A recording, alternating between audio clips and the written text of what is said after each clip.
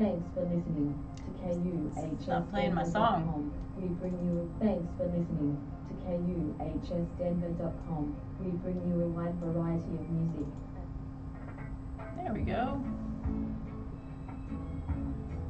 All right. Good morning, everybody. Nikki Burnett here, Taste Life Nutrition Radio, streaming live on KUHSdenver.com.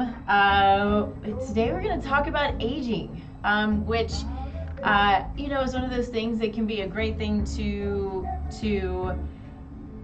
be excited about, or it can be kind of hard, right? It can be a little bit difficult sometimes to think about how quick everything goes by. But two more. Good. Okay. Got to turn up the radio. Anyway, so that leads me though to gratitude. We always start the show with gratitude. And I was thinking about what I'm grateful for. So there's always so much to be grateful for, and I truly believe that gratitude can change the world. And so, I spend my mornings as I'm waking up in gratitude, and if I don't go to sleep too quickly, I try to spend my evenings before I go to sleep in gratitude.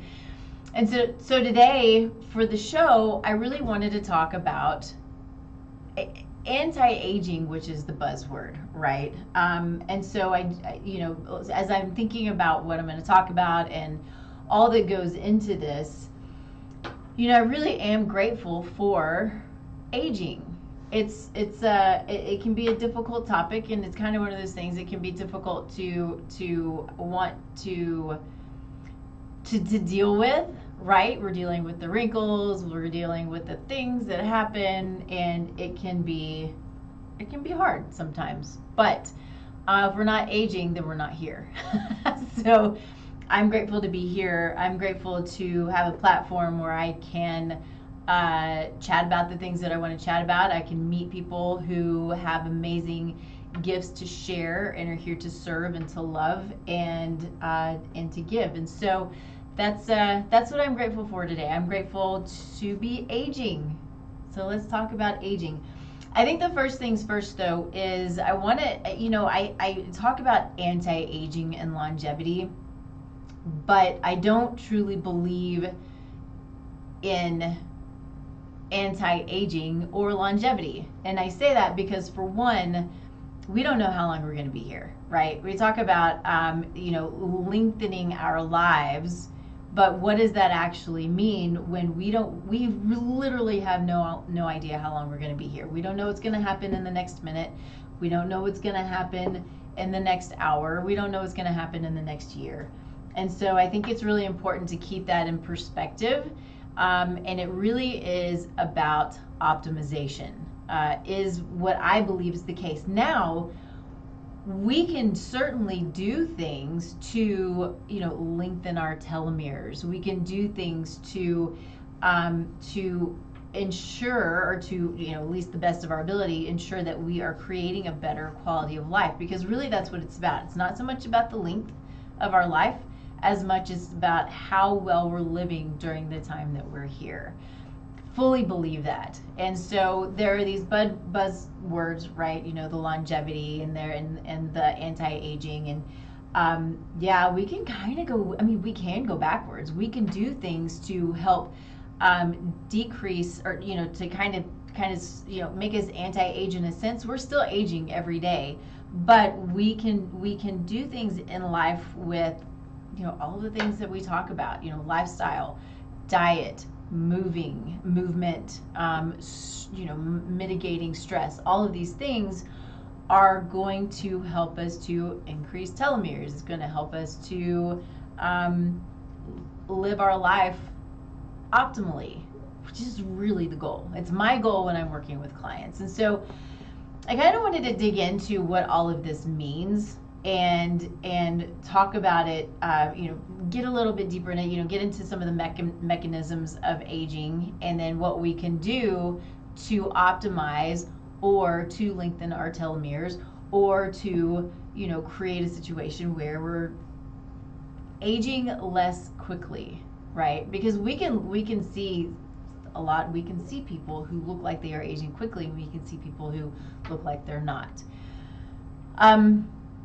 So there are some biological processes of aging, which is normal and natural, but some of them can be sped up, right? The things that we're looking at are these mechanisms, which there's this cellular senescence, right? And so what does that mean?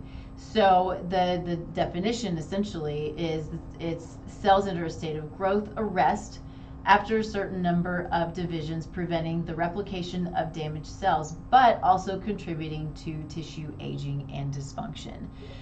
And so, you know, we have cellular aging, but there's a process by which the body is supposed to clean this up and clear out the gunk and the junk. And this doesn't always happen, and we can do things to help to move that process forward. So there's also a situation that's going to speed up aging, but also speed up disease, speed up dysfunction, which is going to be DNA damage. Lots of things that are going to create damage to our DNA. I mean, you know, if we have, you know, if I look at say I'm looking at a hormone test, I can look at this hormone test and you can see it go down specific pathways. So there are protective pathways, and this I'm speaking of estrogen particularly right now, but there are protective pathways, and then there are pathways that are going to cause DNA damage. And so we can, when we're running this particular panel, which is, you know, the great thing about labs, right, is looking at these panels and understanding, is the body moving things down pathways normally, or is it becoming more pathogenic? And so if we have estrogen that moves down this particular pathway, it can cause DNA damage, and that's the stuff that we're looking for that has the potential of causing breast cancer, things like that, right? So we want to make sure that our pathways are functioning properly, that we're eating the foods that we need to eat, that we're detoxifying properly in order to move these hormones down pathways where they're not going to be destructive. And so I think it's important to remember that, but it's like that with a lot of things. And, you know, sometimes we have pathways that function differently than others due to epigenetic variants, and that's okay. But again, it goes back to why it's so great to test and to understand these variants and your own epigenetic makeup, because we can look and we can see these variants, and we can understand if there are ways that we can help the body to function optimally, right? I have a friend who always says when it comes to epigenetics that there are no mistakes, and it's so true. Epigenetics is our potential, but it doesn't mean it's expressed. And so if we haven't gotten into that, I'm jumping ahead just a little bit, but sort of one of my favorite things in the world is epigenetics. And so what that means is, you know, we have our genome, and on top of our genome, so what we thought at one time, not so long ago, was that our genetics was who we are. We had no choice in the matter. So if we have cardiovascular disease in our family, then we're going to have cardiovascular disease. If we have diabetes in the family, then we're going to have diabetes. And not the case. So once we started digging in and understanding the epigenome, which are locations on top of genes that are basically the little controllers of gene expression. So our epigenome is then controlled or dictated by lifestyle, right? So it's diet, it's stress, it's food, it's movement, it's too much movement or too little movement. It's, you know, all of the things that are in our environment. It's toxicities in our air, you know, toxicities in our water. Are we able to clean that stuff out? So, you know, having an understanding that our epigenetic makeup is our potential, but it doesn't mean it expresses. It doesn't mean that that's who we are. So, Henry, I got this done if you want to come grab it. So. Just letting you know, we're multitasking over here. This is what we do. So, anyway, thank you.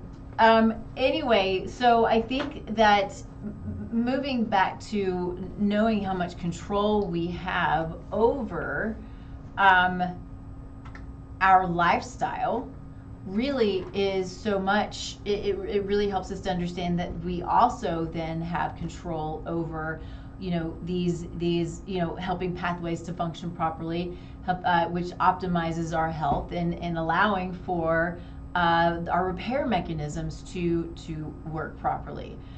And so when we have things that can contribute to DNA damage, which, like I said, hormones going down an inflammatory, destructive pathway. We also have things, it's our environment, right? So many things in our environment can cause DNA damage. So it's the toxins, again, in our air, in our water, the pesticides and herbicides in our food.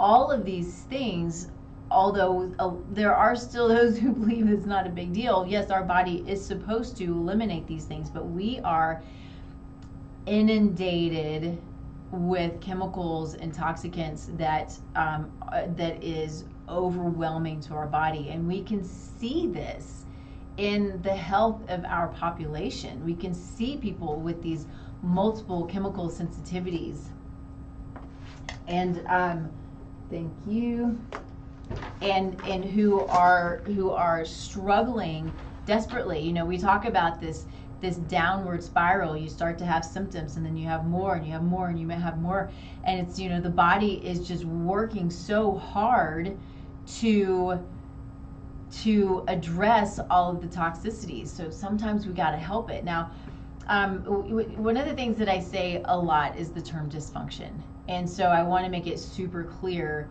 that I'm becoming. I try to. It's an easy to understand term.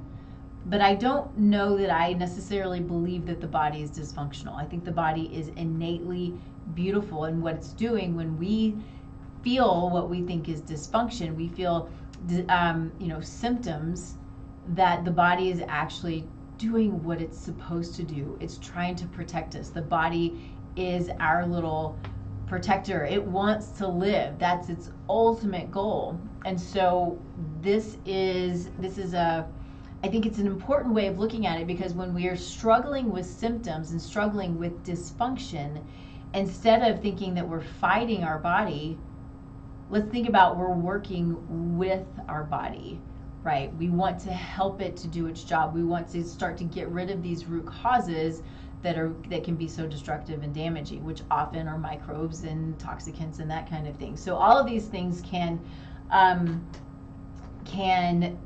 impact repair mechanisms. It can accumulate, over, all of this DNA damage can accumulate, and so it then can lead to, certain mutations and genomic instability. So these are the things that we want to be really careful of as as we're moving through life. This is why we try to mitigate toxins in the air. It's why we try to run labs and understand what the body's trying to tell us, because the body's always trying to talk to us and give us information so we can help it, right? It needs our help.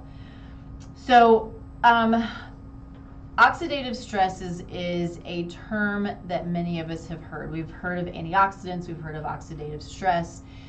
This is a term that happens, that it's actually a very natural process, right? So we have these cellular processes that intentionally create oxidative stress and these reactive oxidation species. Reactive oxygen species. Goodness. And so this is a normal natural process, but we have to have the antioxidant capacity in order to squash it. So I was actually talking with one of my clients yesterday, and she was like, help me understand what this means, because we had done a neural panel on her, and so understanding brain function and inflammatory markers and all of these things that's going on in the brain, which of course is connected to the gut. It's a really intense panel. There's a lot to it. And so we can look and see potentially why the brain is not functioning optimally, right? There can be so many things And so we did this panel, and we also looked at her oxidative stress and her genetics that can influence her ability to mitigate oxidative stress, right? And so it's fascinating, the things that we can look at. It really is so fun.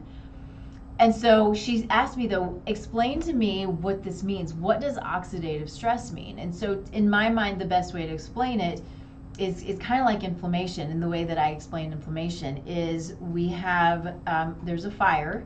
And if you know anything about fire, which most everybody knows, is oxygen's going to flame that fire, right?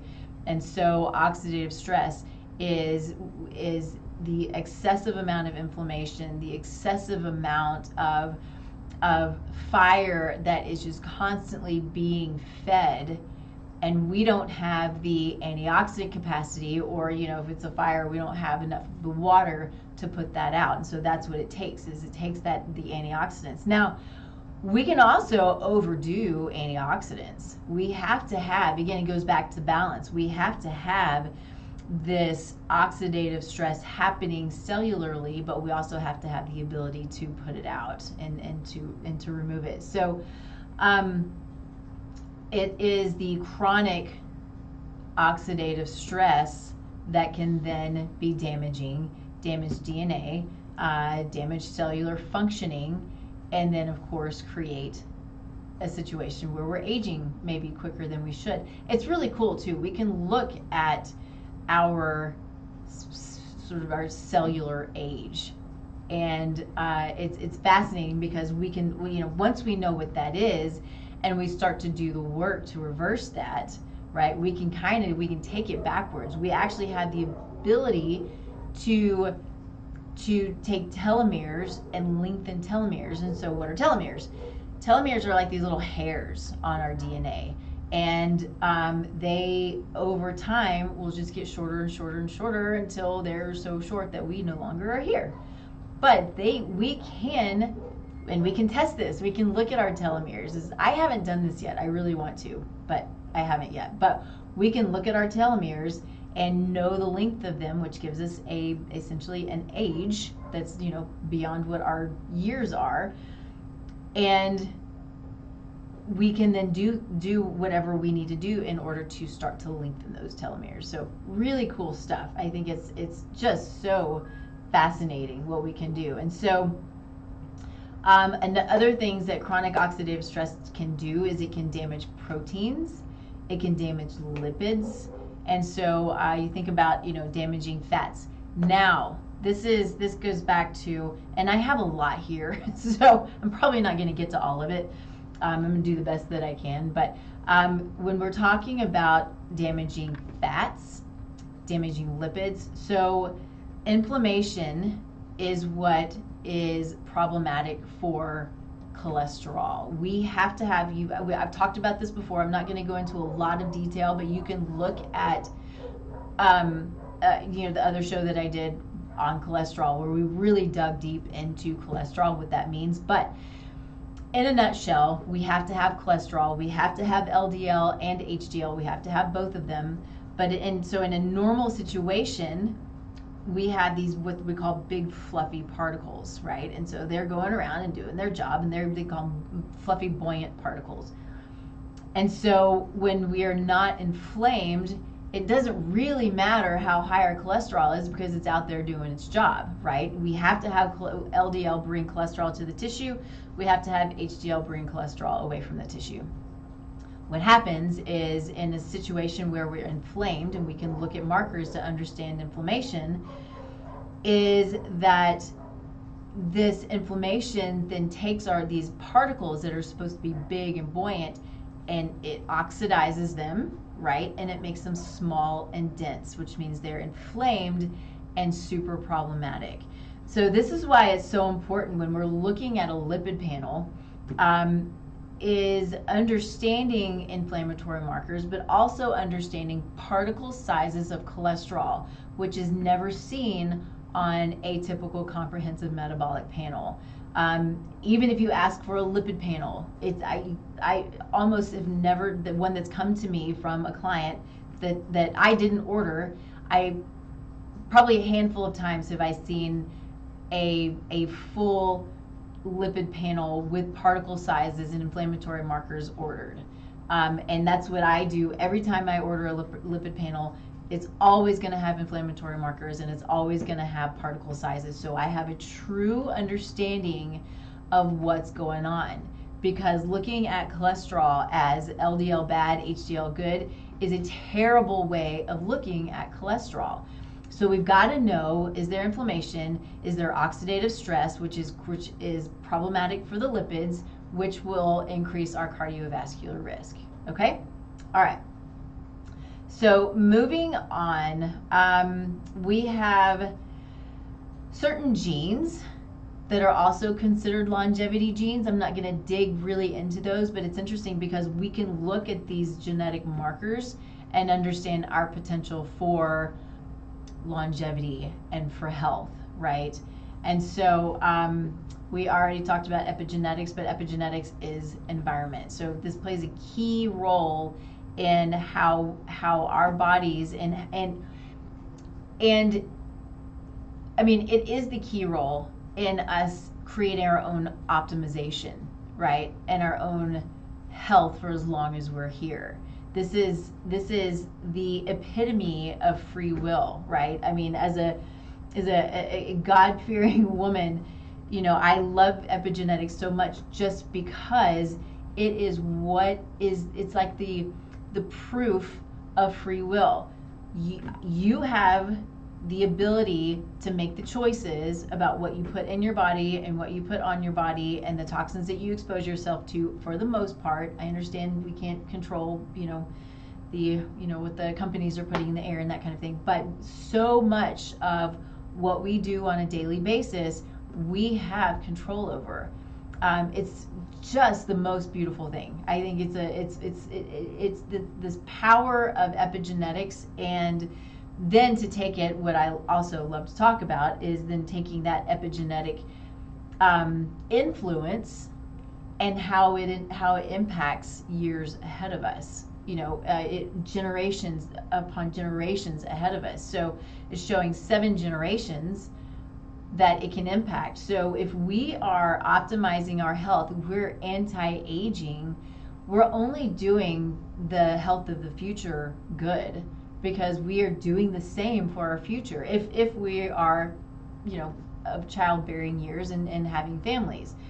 So this is it's just so beautiful. I just love it. I think it's amazing. So let's see other things that are important to consider. So we talked a little bit about pollution, but radiation. We have so much radiation here in Colorado. There's a ton in California. There's tons in Texas. We can look. I think that EWG, Environmental Working Group, I know it can tell you what's in our water.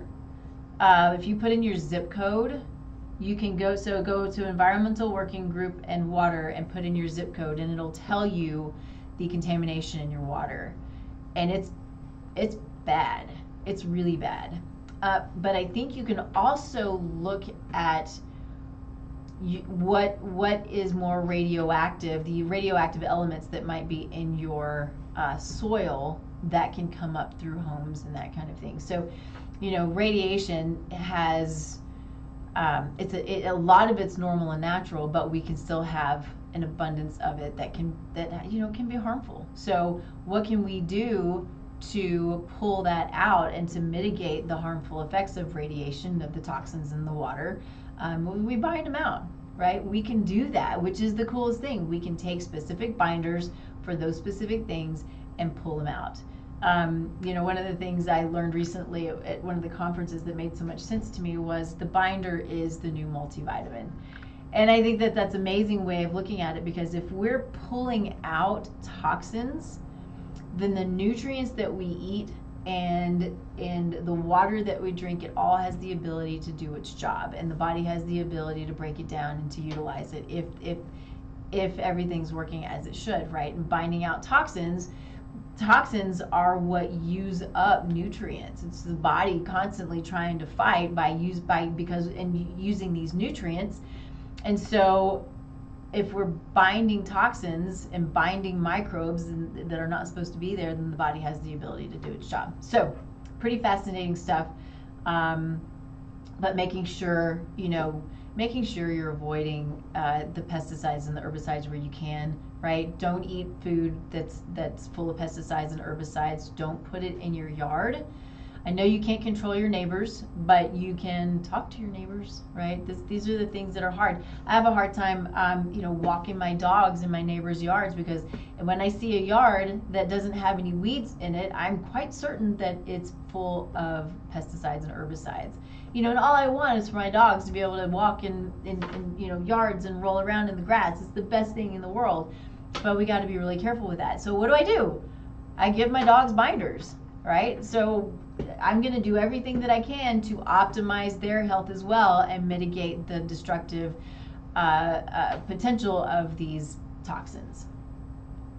All right, so talking about nutrition, it's one of my favorite things to talk about, being a nutritionist, but there are really great things that we can eat to help to squash that fire, right? To help to mitigate the reactive oxygen species, to help the cells function properly. And it's so simple, but our body's got to work properly as well, right? We've got to be able to break down the nutrients. We've got to have good fire in our gut. If we're taking these acid blockers, things like Tums and Pepcid, and these things that are squashing the fire in our belly, right? So we have hydrochloric acid on our belly. It's intentionally acidic. It's supposed to be acidic. If we're squashing that fire, we're not breaking down our nutrients.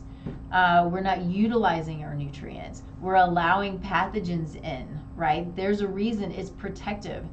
Now, if you're struggling with something like heartburn, very often it's due to the fact that you don't have enough acid. So there are things that we can do to help to build your acid in order to, for your body to function properly. So think about that, and think about the amount of damage that it's causing if you're on constant PPIs and acid blockers. I should do a show on this. I really should do a whole show on this, but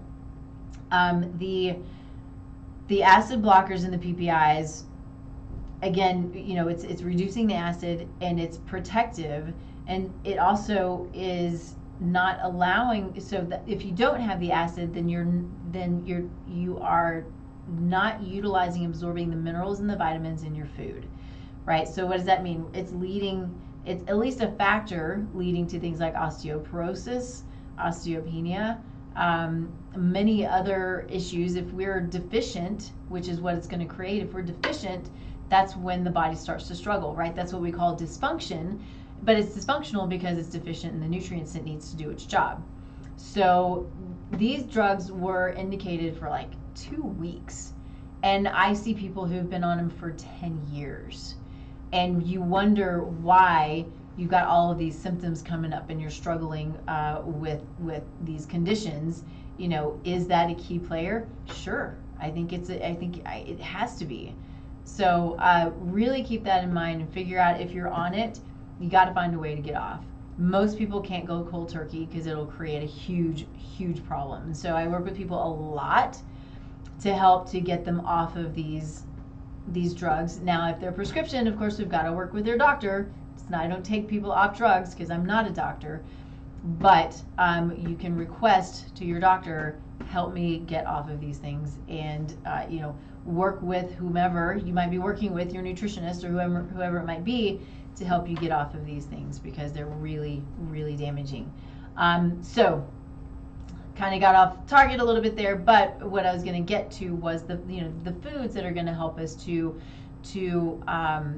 give the nutrients we need, as well as the antioxidant capacity to help to squash the pro-oxidants, the pro-oxidation that's going on, and the inflammation. So simple things like berries, right? So all fruit is going to have these beautiful phytonutrients, and all of these these components to it that have antioxidant capacity. And activity, but berries are great. Berries, one of my favorite things. They're low in sugar, so if you're diabetic, not a huge issue. You can eat berries. and they bring in lots and lots of antioxidants. And so we talk about the colors of the rainbow. It really is a big deal. So all of the colors have different properties, and they do different things in the body. And so the more color we can bring in, the more we're getting these phytonutrients, and the more beneficial it is for us to help the body to function properly, right? So we talk about strawberries and raspberries and blueberries and that kind of thing. But vitamin C is also an antioxidant, a really important antioxidant that we can get in food. We can also get it in supplement form, but if we can get it in food and utilize it, that's the best. Vitamin C has the shortest half-life of any other vitamin, or as far as I know.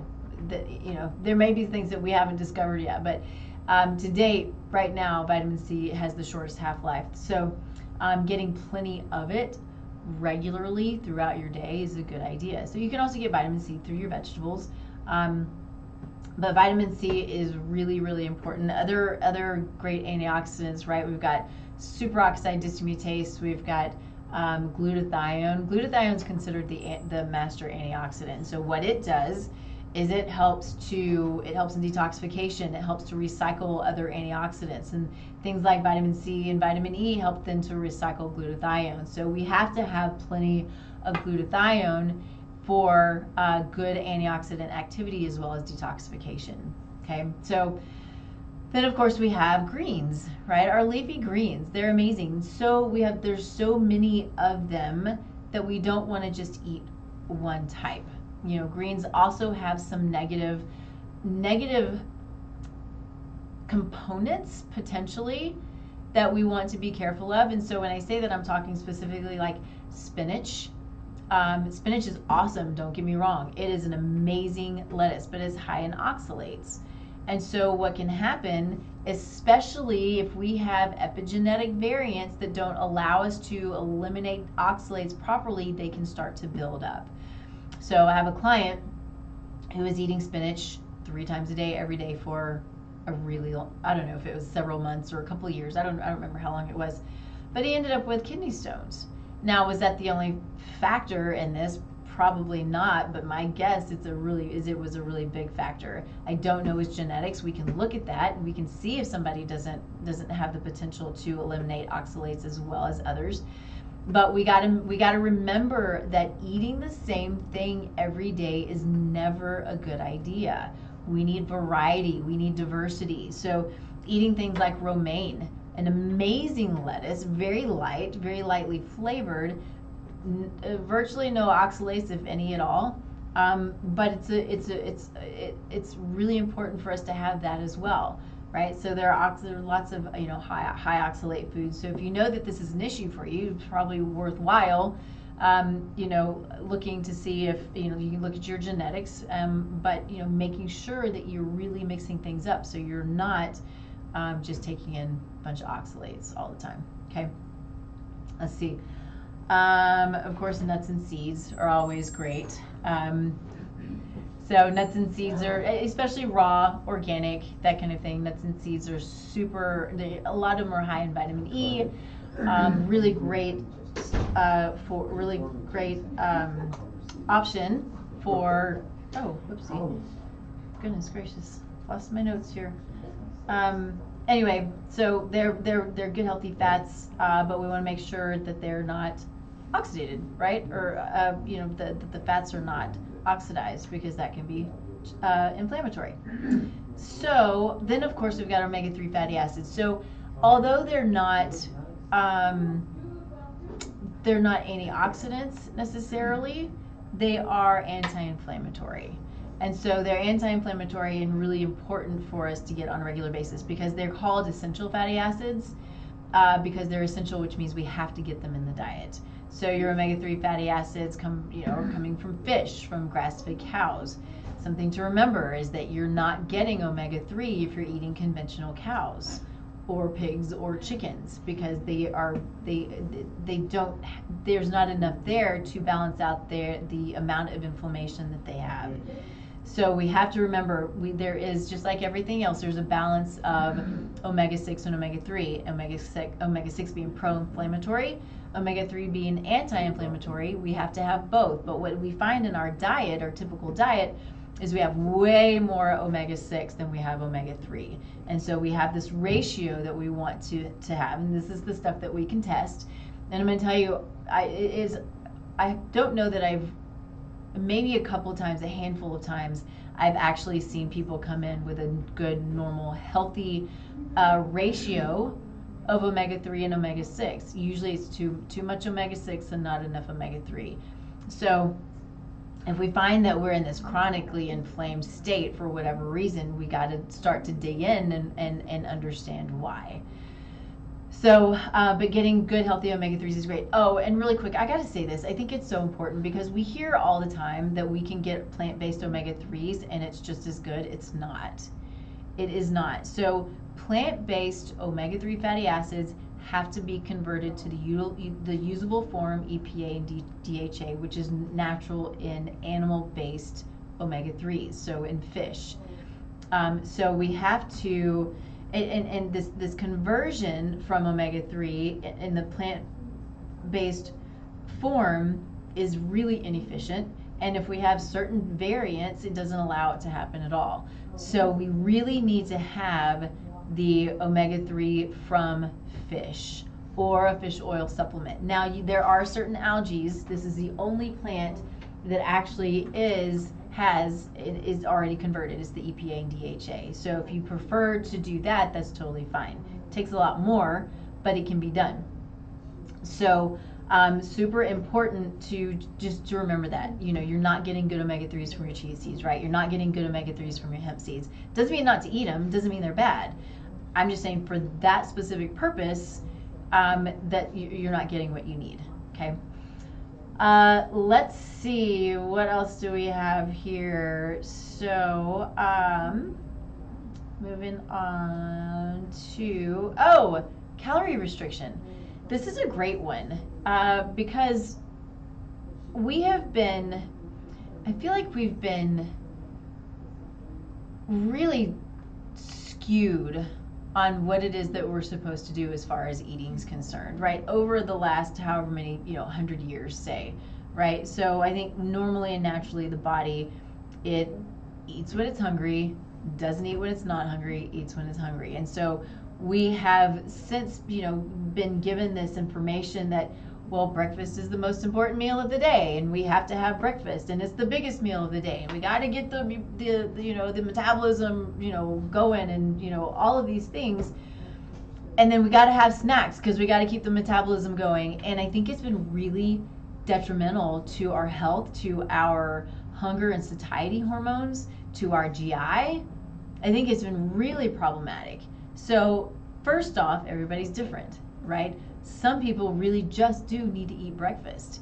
But if you don't eat breakfast, don't eat breakfast. If you're not hungry, don't eat breakfast. Now, we also have to understand, if there are times when you're not hungry and like you're never hungry, that's also a problem.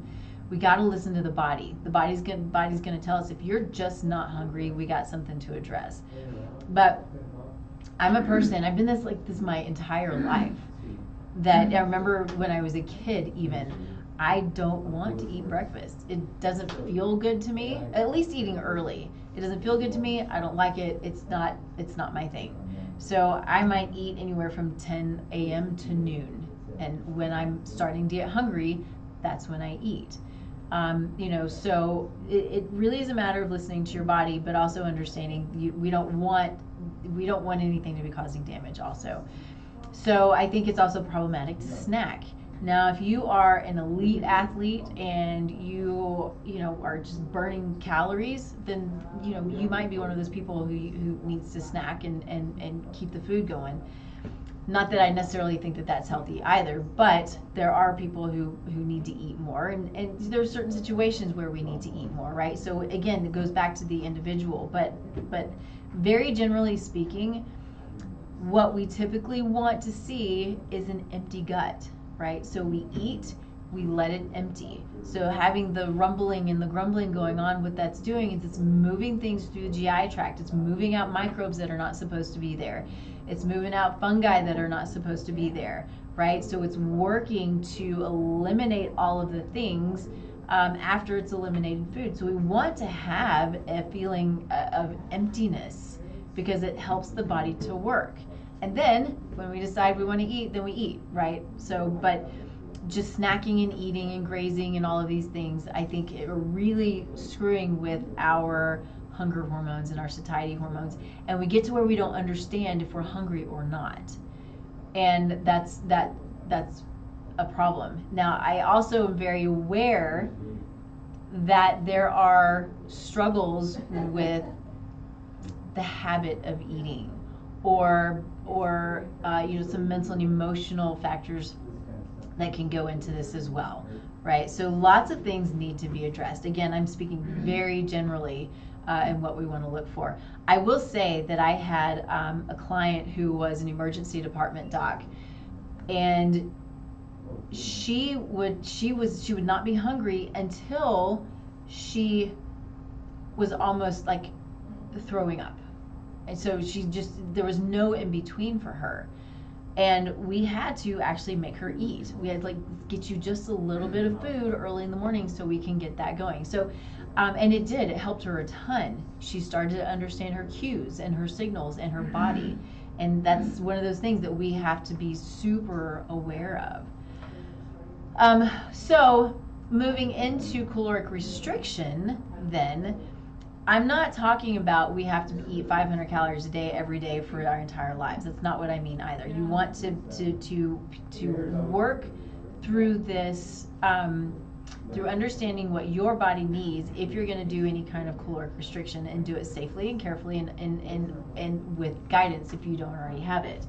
So, but if we do some caloric restriction, that's what can help the body go through what's called apoptosis or apoptosis, which is it's a calculated essentially cell death. And so the cells that are supposed to die off. It also can clean out gunk, right? So we can do fasting. Fasting is biblical.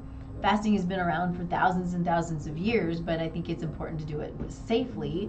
We also, I'm not sure that it's the thing to do if you're a super high stress person, or if you're in a have specific disease states going on. We got to be really careful with what we're doing and how we're treating our body. But for a normal, healthy person, I think fasting has a place. It can be a good idea. And so I said apoptosis. It's correct, but I also meant autophagy. So autophagy is where we're cleansing and clearing out cellular debris, essentially, right? So apoptosis is cell death, and autophagy is clearing out gunk, essentially. So then we get into intermittent fasting, which I think can be it works really, really well for most men, which is really fun. I think we have to, as women, we've got to be careful with it, but I think it also can be a great way of watching our food intake and being aware of it. The thing that I want to be careful of, though, and I've heard this on multiple occasions with clients who tried intermittent fasting, is you fast, and then you get to a point where you're so hungry that you're just stuffing your face, right? This is not okay either. So we don't want to do that. We want to eat, to be able to eat normally, but if you're fasting, you have your timed fasting. If it's too long, then shorten it, right? You want to build up to it. So sometimes it's 12 hours fasting and 12 hours eating. Sometimes it's 10 hours fasting and 8 hours eating. I'm not saying that right. 6, and then you go to 6, I'm sorry, and then 12, 14, geez, 10 and 14. So up to, some people might do, 16 hours fasting and 8 hours eating, or even more. Again, goes back to, it depends on the person. But it doesn't mean that you're, just sitting there stuffing your face during that 8 hours or 5 hours or whatever you decide you want it to be. It also can be, you mix it up. And I think that this is important for women, is mixing it up and not always always doing, the same thing, because I think that sometimes it can be tough on the thyroid. And so maybe you do 5 days of fasting and 2 days of normal eating, something like that. I do know you could eat breakfast and then fast until dinner. You could do it that way. So lots of ways of doing it. Again, I think a big part of that is creating that emptiness and letting the body to work properly. And not making, more than anything, just not taking in excessive calories. I am not a big calorie counter. I don't think that it really is beneficial for us. It can help us to understand a lot of things. I've counted my own calories. But to focus just on that, I think it can be really problematic. But it is also important to understand that a calorie is not a calorie, right? You eating a handful of, or say you're eating, a piece of cake, that's the same calorie count as a handful of blueberries, or however many blueberries it takes to equal the same calories. Your body's going to do two different things with those calories, with the nutrients that are in there. Whereas cake is going to be nutrient depleted, and blueberries are going to be nutrient dense, right? So we have to make sure that we're eating nutrient dense foods and not nutrient depleted foods, and that's more important than counting calories, right? So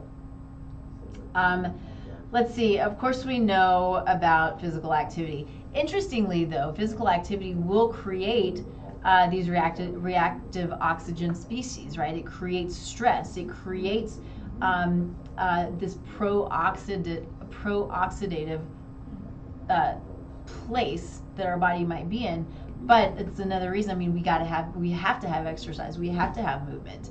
And so eating your antioxidants just help to squash that fire. But just creating energy within the mitochondria is a pro-oxidant. But continuing to eat good, healthy food is what helps us to squash that fire. So we've got to move. We always have to move. And so I'm not going to go deep into this, but I think, more than anything, understanding that strength training, especially as we're aging, is so important to keeping us strong. It is anti-aging, because if we can, it's doing these functional movements. I do CrossFit, and it's, when we're doing squats, it's not about doing the squat, although we're doing, squats with heavy weights. It's about being able to sit on a toilet when you're 90.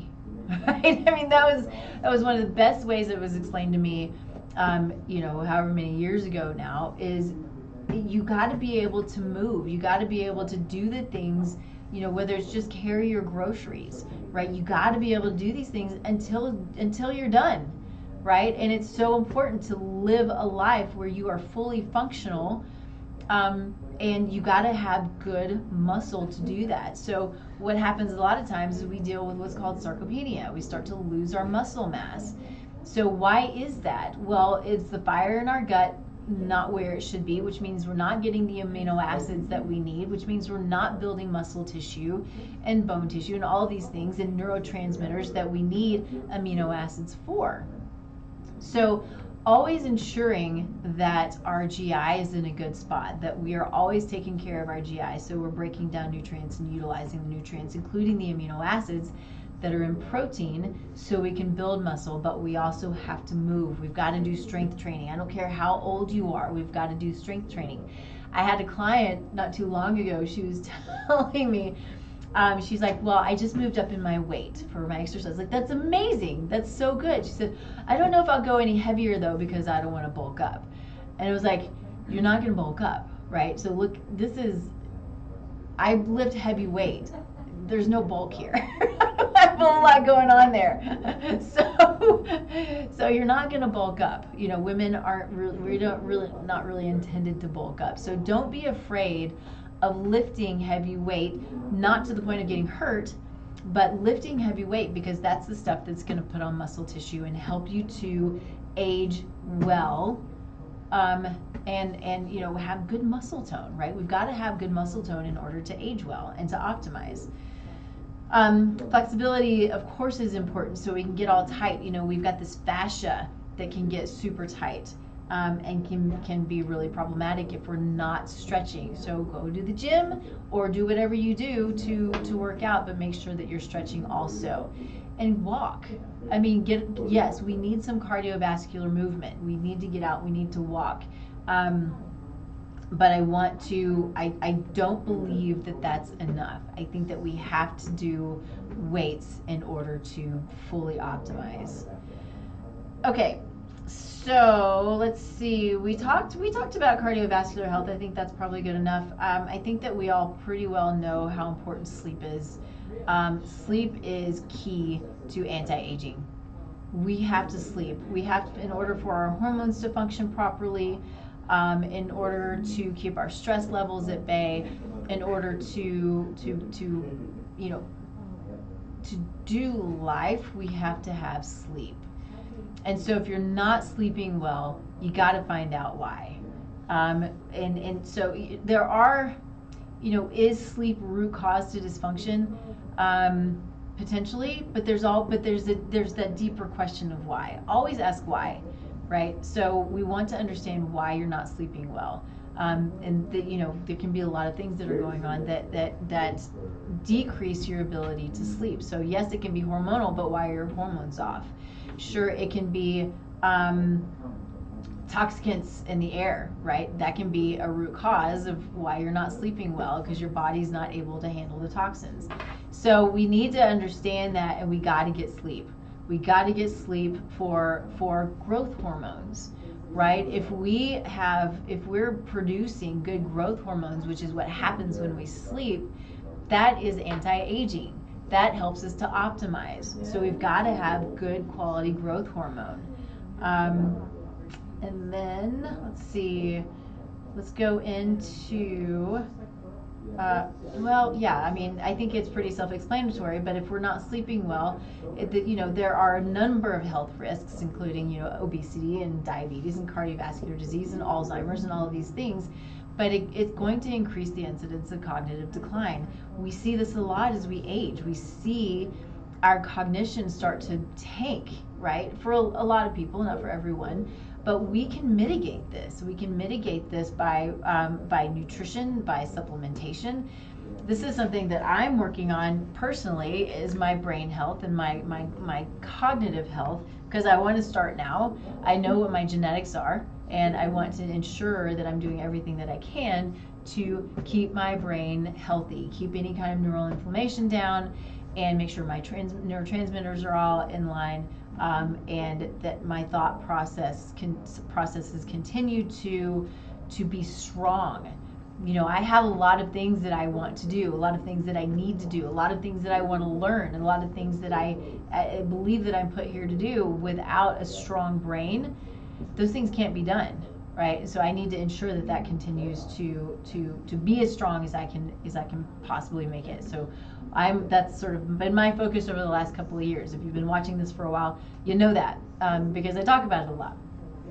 So stress management, I think that's a given. I think a lot of us don't realize how stressed we are. That will certainly push aging, without a doubt. You have high cortisol levels, which are gonna, can impact sleep, but it increased that high cortisol, chronically elevated cortisol, is going to be inflammatory, is going to interfere with sleep, and is going to push the aging process. So doing your prayer time, right? Doing your meditation, being still, being aware of what's going on. I think that we don't understand the amount of stress we're under very often. And I ask people if they're stressed, they're like, no. But if they're struggling with disease, if you're struggling with symptoms, if you're struggling in a relationship, if you're struggling financially, if you're struggling in business, all of these things are going to create stress. So consider the fact that if you have a symptom, that's stress on the body. If you have brain fog, joint pain, GI dysfunction, that's stress. Right? On top of the rest of the life and environmental stressors that they are. So consider that you have stress and you need to find that time to be still, and don't eat on the run. If we eat while we're still, our body has the ability to break down the nutrients and utilize the food. So being still is so much bigger, I think, than we realize it is. If it might be the number one thing, because stress is the key. You know, I just said all of these things that can create stress. Stress is a key issue. It's that vicious cycle, right? Stress creates inflammation, which creates more stress, which creates disease, which creates more stress, which creates problems in life, and we can go on and on and on. So mitigating stress is the number one thing for us to do, to roll back the years on our cells and our telomeres and our DNA, right? We have to mitigate stress. Let's see. We talked a little bit about hormones. We're kind of starting to run short on time, but we can, as women age, we start to lose, as we know, we start to go through perimenopause. Our hormones are changing. We go through menopause. We start to lose hormones. So what can we do? There's some, not everybody's on board with this, but, bringing back in hormone replacement therapy, as long as it's bioidentical, for some people can be a good thing, right? And men go through andropause, right? Now, a lot of that's due to lifestyle. I fully believe that. But they can go through andropause, and you start to lose your testosterone. Women are starting to lose their testosterone. What can we do to mitigate that so the body is doing what it's supposed to do, and it's reacting normally, and men are not losing their testosterone, right? What can we do? Should we have to do hormone replacement therapy? I wouldn't think so, but it can also be kind of that anti-aging. It is part of the anti-aging movement. We want to feel well, we want to look well, we want to do all the things, but do we look at it as a Band-Aid? Maybe.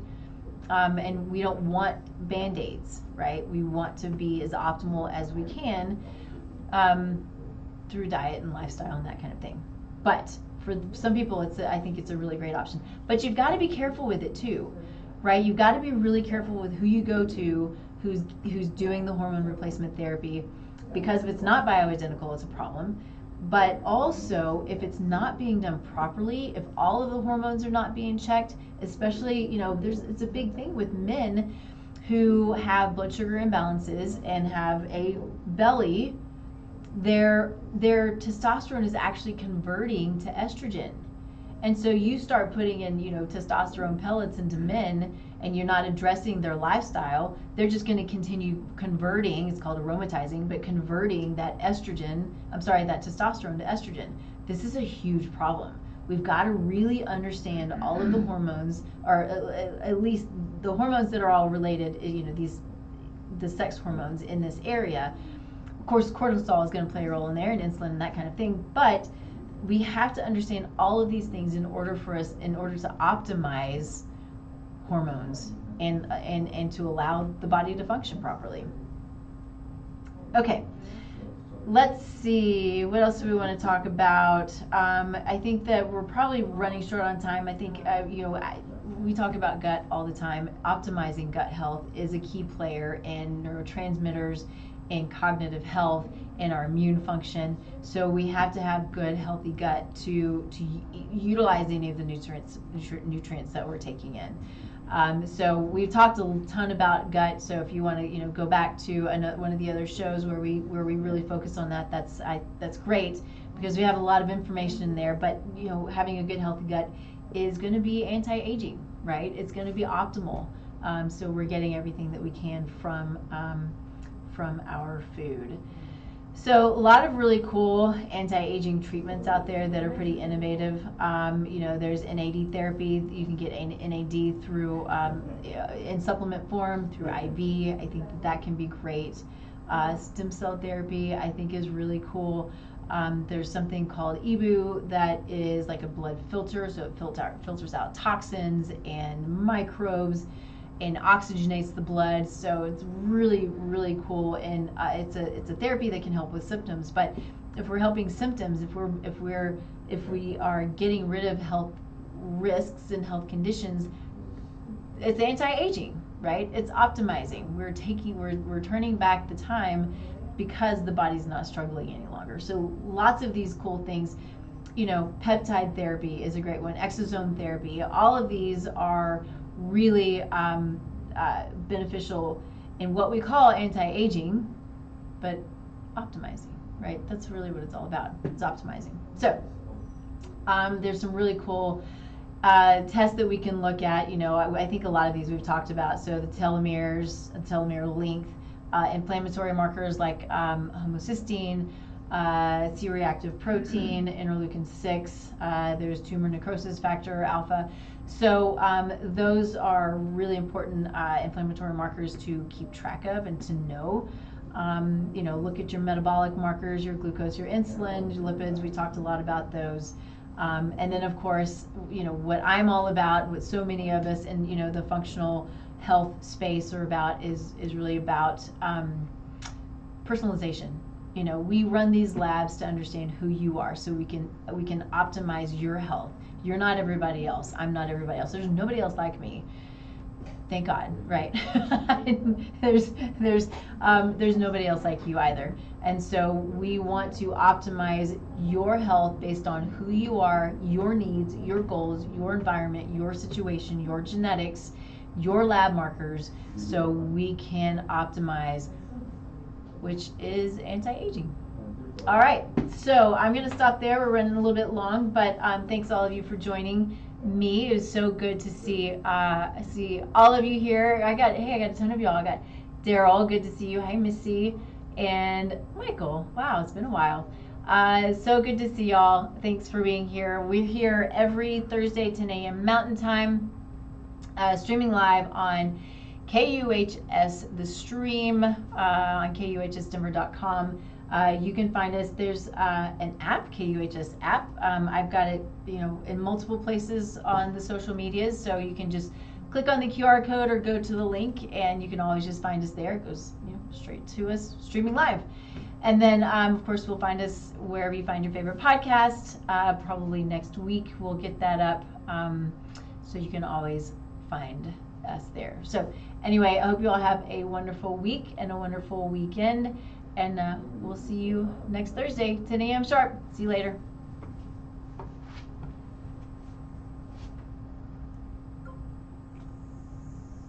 Don't forget the other laptop, Nikki. Okay.